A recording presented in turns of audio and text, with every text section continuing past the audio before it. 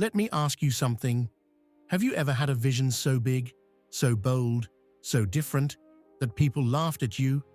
Maybe they doubted you, mocked you, or even told you, that will never work. If you've been there, you know how lonely that feels.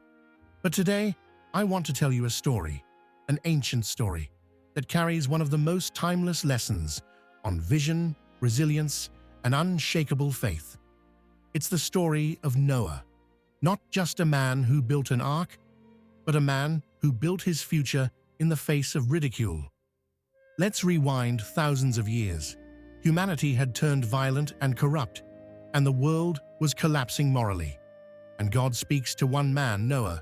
So God said to Noah, "I am going to put an end to all people, for the earth is filled with violence.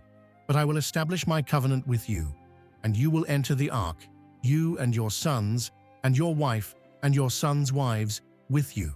Genesis 6:13-18. Imagine that moment. God gives Noah a blueprint that sounds outrageous. Build an ark, not a small boat. An ark the length of 1.5 football fields, 3 stories tall, made of cypress wood. And here's the thing, there wasn't even rain yet. No storm clouds on the horizon, no thunder in the distance, just sunshine. People must have thought Noah lost his mind. Picture Noah out there hammering away, cutting wood, gathering tar. Every day, his neighbors walking by, shaking their heads. By faith, Noah, when warned about things not yet seen, in holy fear, built an ark to save his family. Hebrews 11:7. Things not yet seen. That's the essence of vision, seeing what others can't yet see, believing in what hasn't yet appeared. This is where most people give up, because the laughter of the crowd is louder than the whisper of their calling. But not Noah. Every swing of the hammer was a declaration. I will stay true to the vision. Even if you don't understand, I understand. Isn't that what we face today? You have a dream, a business idea, a new way of living, and people roll their eyes. But Noah teaches us, commitment to vision matters more than approval from the crowd. Let me ask you, what's your arc? For some of you, it's starting that business. For others, it's writing that book, stepping into that new career, or raising your family differently than the culture around you. The arc is the metaphor for your unique calling, your blueprint, your vision. And here's the reality. If it's truly bold, people will laugh before they clap. Noah shows us that ridicule is not a sign you're wrong. It's often confirmation you're building something the world isn't ready for yet. Noah's story isn't just about building, it's about obedience. Scripture says, Noah did everything just as God commanded him. Genesis 6:22. He didn't cut corners. He didn't compromise because of public opinion. He stayed faithful to the instructions. That's another powerful lesson. Vision isn't about half measures. If your blueprint is precise, you follow it, step by step, day after day. Faithfulness is not glamorous. It's repetitive. It's persistence. Noah didn't see progress overnight. This ark took decades to build. Imagine that, years of sweat, ridicule, and no visible results. Yet, his obedience kept him aligned with the bigger picture. And then, the skies changed. Clouds gathered, raindrops fell. People who mocked suddenly realized Noah wasn't crazy. He was prepared. The floodwaters rose, and the ark lifted. The same people who laughed yesterday were desperate today. And Noah, he was safe inside the very vision he refused to abandon. The waters rose and increased greatly on the earth, and the ark floated on the surface of the water. Genesis 7:18. This is the payoff moment. Vision carries you when storms arrive, and storms always come, whether financial, emotional, relational, or spiritual. If you've been building your ark, you'll be ready. So here's the question for you. Are you building your ark today?